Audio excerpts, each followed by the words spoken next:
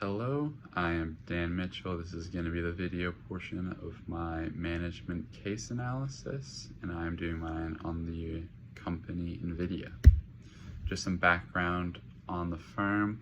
They're an American technology company responsible essentially for the advent of accelerated computing as we know it, and the term of GPU, which stands for Graphics Processing Unit, which can be found in essentially every computer today.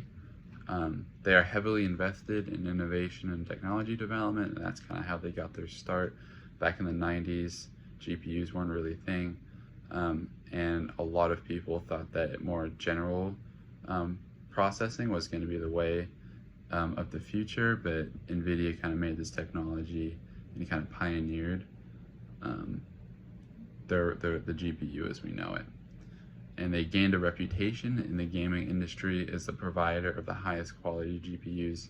Anyone who's really involved in the PC gaming industry knows NVIDIA as a company and knows the quality that they provide as well.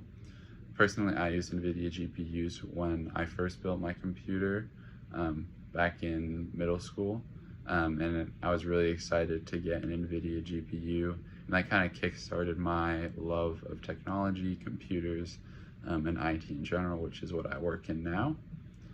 A large part of my major, BIA, is troubleshooting and problem solving, especially with programming, which I was first exposed to when I started building computers with NVIDIA GPUs, so I would kind of give some of my love of technology and my current career or job to NVIDIA GPUs. Some of their ideal talent qualifications. They really value employees with a strong educational background, such as a master's or a PhD in something like electrical engineering or computer science.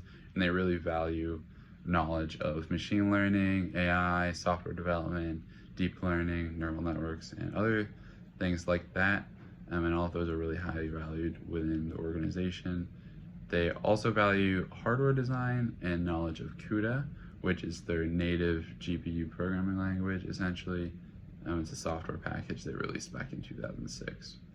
And these ideal talent and qualifications are all for the more technical roles, but there are more business-oriented roles, which my qualifications could pertain to more realistically.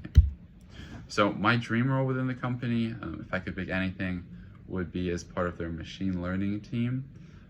This would require, again, a master's or a PhD in electrical engineering or computer science, and require many, many years of experience, which I am unlikely to have in the near future. And I'm also not likely to have a master's or a PhD. That's just not something that I'm really willing to pursue right now in electrical engineering or computer science. There are more roles that I would certainly be qualified for in the future, and I think I could have a realistic shot of getting, such as a collection specialist or a software analyst, which I think BIA and finance would apply to very well. And I could see myself getting into collection software after transitioning from more general financial services, which I will be working on in the future. So I think that change could happen pretty realistically, and I could get the experience needed to apply to one of these roles. So just generally for my life's purpose, I'd really want to be able to make the most out of what I was given. I think everyone has a given set of skills and abilities that they're able to use to provide for the people that they care about. And I want to be able to work on those skills and abilities to be able to provide the best possible life for the people that I care about personally.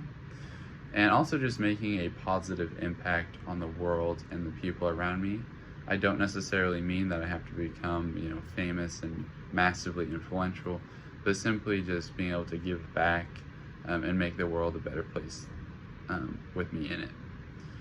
And I can't be certain really of exactly what my vocation will be as a junior in college, but generally, as a financial services consultant, I can make impact in several ways.